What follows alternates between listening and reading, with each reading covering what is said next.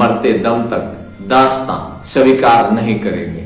सुखदेव जब जेल की कोठरी में क्रांति की बातें करते तो उनकी वाणी से यह स्वर निकलता, हमें मौत का भय नहीं, हमें तो भारत माता की आजादी चाहिए। और जब तीनों फांसी की ओर बढ़े तो मानो पूरा भारत गा रहा था, सरफरोशी की तमन्ना अब हमारे दिल में है, देखना है जोर कितना बाजुए का तिल में है। नमस्कार। भारत का स्वतंत्रता संग्राम केवल राजनीतिक संघर्ष नहीं था, यह एक ऐसा महायज्ञ था जिसमें असंख्य युवाओं ने अपने प्राणों की आहुति देकर आजादी की मशाल जलाए रखी। इस यज्ञ में जिनका नाम सदैव स्वर्ण अक्षरों में अंकित रहेगा वे हैं सुखदेव थापर और शिवराम हरि राजगुरु। दोनों ने भगत सिंह के साथ कंधे से कंधा मिलाकर अंग्रेजी साम्राज्य की नींव हिला दी और फांसी के फंदे को गले लगाकर हंसते हुए मातृभूमि पर अपने प्राण न्यौछावर कर दिए। सुखदेव थापर का जन्म 15 मई 1907 लुधियाना पंजाब वर्तमान में पाकिस्तान के हिस्से में। पिता का नाम रली राम थापर, शिक्षा नेशनल कॉलेज लाहौर लाला लाजपत राय द्वारा स्थापित। सुखदेव बचपन से ही तेजस्वी, निर्भीक और राष्ट्र प्रेम से ओतप्रोत थे। लाला लाजपत राय, भगत सिंह और अन्य क्रांतिकारियों से प्रेरणा पाकर वे Hindustan socialist republican association HSRA से जुड़े।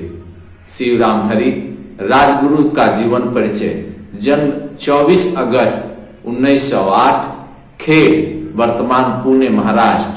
पिता हरि नारायण राजगुरु, शिक्षा वाराणसी में संस्कृत की पढ़ाई। राजगुरु का स्वभाव बचपन से ही वीरता और शौर्य से भरा हुआ था। उन्हें शास्त्रों के प्रयोग में विशेष दक्षता प्राप्त थी। उन्होंने अपनी प्रतिभा को अंग्रेज के विरुद्ध संघर्ष में समर्पित कर दिया। 20वीं शताब्दी के तीसरे दशक में भारत में क्रांतिकारी आंदोलन की गति तेज हो चुकी थी। 1925 के काकोरी कांड ने अंग्रेजों की नींव हिला दी थी। इसके बाद नवयुवकों ने संगठनात्मक रूप से HSRA को और सशक्त किया। 1926 में सुखदेव, भगत सिंह और राजगुरु ने मिलकर लाहौर में नौजवान भारत सभा की स्थापना की। इस सभा का उद्देश्य युवाओं को स्वतंत्रता संग्राम में सक्रिय भागीदारी हेतु तैयार करना था। तीनों ने क्रांति को केवल हथियारों से नहीं बल्कि वैचारिक रूप से भी मजबूत किया। 30 अक्टूबर 1928 को साइमन कमीशन के विरोध में लाहौर में विशाल प्रदर्शन हुआ। अंग्रेज पुलिस ने निर्दयतापूर्वक लाठीचार्ज किया जिसमें लाला लाजपत राय गंभीर रूप से घायल हुए और 17 नवंबर 1928 को उनका निधन हो गया। इस घटना ने युवाओं के हृदय को झकझोर दिया। सुखदेव, भगत सिंह और राजगुरु ने लाला लाजपत राय जी की मृत्यु का बदला लेने का संकल्प लिया। 17 दिसंबर 1928 को लाहौर में ब्रिटिश पुलिस अधिकारी जेम्स स्कॉट को मारने की योजना बनाई गई, लेकिन गलती से जॉन सैंडर्स गोली का शिकार हो गया। इस कार्रवाई में राजगुरु ने पहली गोली चलाई, भगत सिंह ने निर्णायक प्रहार किया और सुखदेव ने पूरी योजना का संचालन किया। असेंबली बम कांड अगर आप देखें तो 8 अप्रैल 1929 को सुखदेव और राजगुरु ने भले ही इस घटना में प्रत्यक्ष भाग नहीं लिया, लेकिन वे योजना के प्रमुख सदस्य थे। 8 अप्रैल 1929 को भगत सिंह और बटुकेश्वर दत्त ने दिल्ली की सेंट्रल असेंबली में बहरों को सुनाने के लिए बम फेंका। बम में जानलेवा शक्ति नहीं थी, बल्कि यह एक प्रतीकात्मक विद्रोह था। इस घटना ने पूरी दुनिया का ध्यान भारत की ओर आकर्षित किया। सैंडर्स हत्याकांड में सुखदेव, राजगुरु और भगत सिंह को मुख्य आरोपी बनाया गया। उन्हें लाहौर सेंट्रल जेल में कैद किया गया। जेल में भी तीनों ने क्रांति की आवाज बुलंद की। जेल में सुखदेव ने कैदियों को मिलने वाले भेदभावपूर्ण व्यवहार के खिलाफ आवाज उठाई। लंबी सुनवाई के बाद अदालत ने तीनों को फांसी की सजा सुना दी। 23 मार्च 1931 को लाहौर सेंट्रल जेल में समय 7:30 बजे शाम को फांसी से पहले तीनों वीर एक दूसरे का हाथ पकड़कर इनकलाब जिंदाबाद, भारत माता की जय और साम्राज्यवाद मुर्दाबाद के नारे लगा रहे थे। राजगुरु हंसते हुए फंदे की ओर बढ़े।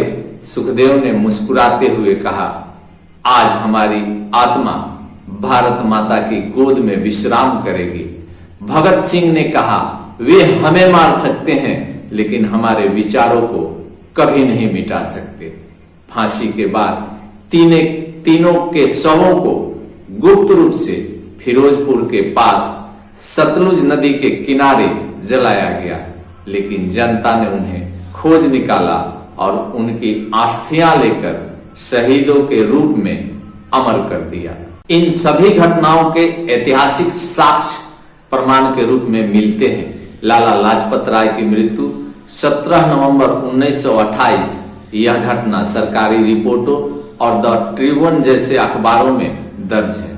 सैंडर्स हत्याकांड 17 दिसंबर 1928 लाहौर कचहरी के आधिकारिक दस्तावेजों में इसका उल्लेख मिलता है।